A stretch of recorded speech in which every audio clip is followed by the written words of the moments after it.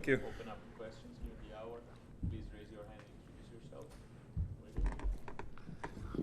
Mike McIntyre from Matchpoint Canada. Milos, congratulations on the win. I want to ask you first and foremost about that final point of the first set tiebreak, which was one of the stranger things I think we've ever seen here. What did you think happened in that moment? What were you told happened in that moment?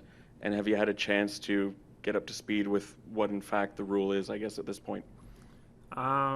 Yeah, so I guess the part that's confusing is he did call it my point, and I think at one point he said whatever it was, 12 all or 13 all that it should have been. Then he went and changed his mind.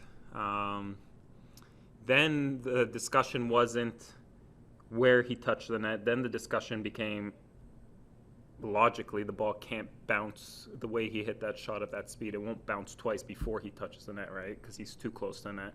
So the logic was that he must have touched it either before it bounced once, but definitely before it bounced twice.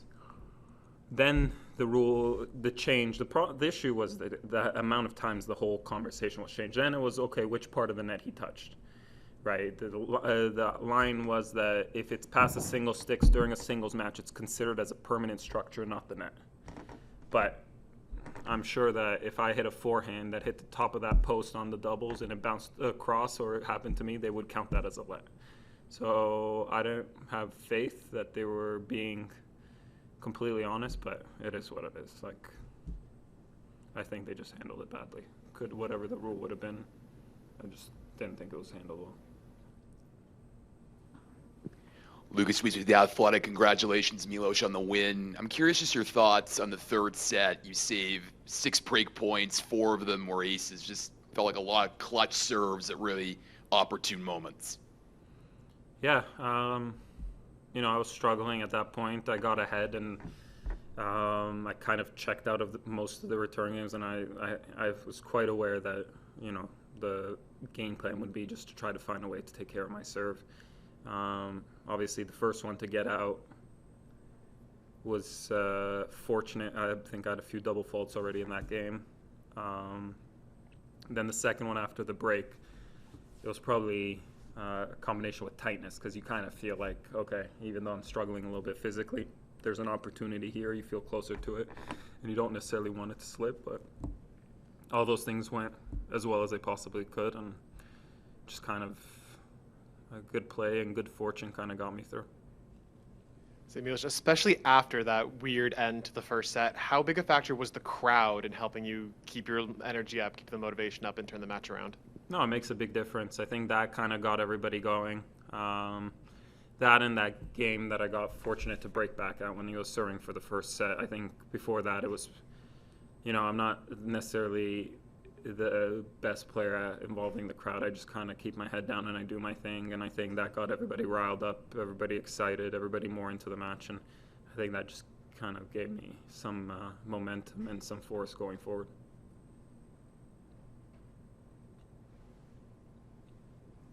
Chico Nishon from The Score. Milos, tonight the Davis Cup team was honored. They got their rings. Obviously, you had a big role in getting this team to the world level through the matches you played in South America and Israel over the years. So what did that moment kind of mean to you to see them celebrate such a big moment for Canadian tennis? Yeah, I guess I have more of a connection to seeing them win it last year. Obviously I was so caught up in getting ready for mine between nerves, and I didn't really get to see any of that ceremony, but I think for me it was more so about last year. Once they won, you kind of realize the importance of it. Obviously getting that recognition here in front of, especially since there's no home ties and these kind of things anymore, getting that, seeing them get that recognition must have been something incredibly special. But like I've said it a few times now, that I think it's by far the biggest moment in Canadian tennis, just because it represents a much longer heritage, a much longer lifespan than, for example, you could compare it to Bianca winning the U.S. Open. I think it's much bigger just because there's been a lot of people that have been involved with Davis Cup in Canada, from the players, staff, volunteers, home ties, away ties, the fans that decide very enthusiastically to travel to all these places, bring out those big cardboard cutouts, and that's only since I've been around. Who knows what they were doing if you go back 70s, 60s, 80s. So I think all that comes together. It touches a lot more people. It's a much bigger effect, and I think it's an enormous achievement. Hey, Milos, now you have that first win in the can. What do you think you're capable of this week? I just got to find a way, give myself the best chance I can to win next week. Not next week even. Next match, it doesn't really go much further than that. I think it's a very short-term, short-focused, and doing everything I can for that.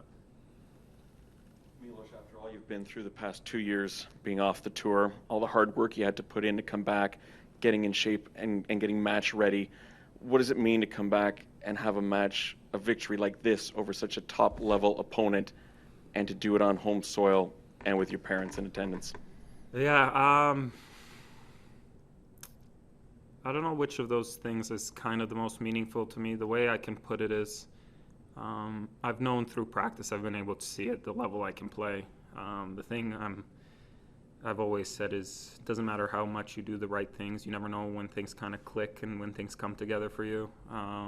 For me, it's incredibly special for it to be here. That match goes a different way. I think it still would have been a positive stepping stone to the progress I'm making.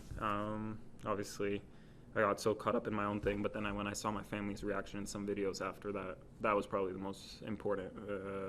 That embrace between my mom and my dad, that's probably the thing that goes the furthest to me and means the most to me. Just, yeah, those things, once you don't have it or they haven't been able to come around and watch, that's when they start meaning a lot. Not, you kind of take it for granted when everything's kind of going smooth.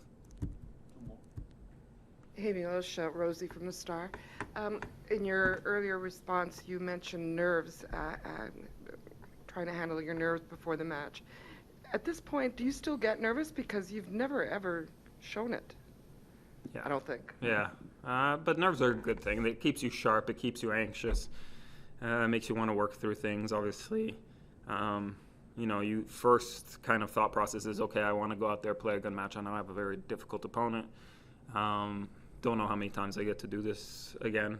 All these kind of things. So you kind of feel like a clock kind of ticking against you, but then also that eagerness to be able to produce something to be proud of. Like, all those things kind of cross your mind. And then the beauty of it is, once you start competing, I think that goes away pretty quickly, and it becomes kind of a focus on the immediate challenges and difficulties you're trying to get through point by point.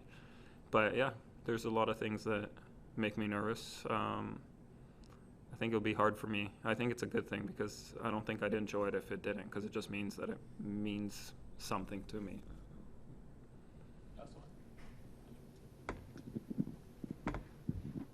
Hey, Milos, Andrew from the ATP. You were talking about the video that you saw of your parents embracing and what that meant to you. I'm just curious what sort of went through your head when you saw the video, and have you had a chance to sort of talk to them about the experience yet tonight, or not yet? No. Yeah, I saw it. I just thought it was sweet. I'm just so caught up in getting ready for the next thing. I'm not very good at stopping and reminiscing. I did see them, but Eastern European parents, not always the best at expressing emotions too much. So I'm sure there'll be one moment when we talk about it. Today wasn't that day. Thank you. Thank you.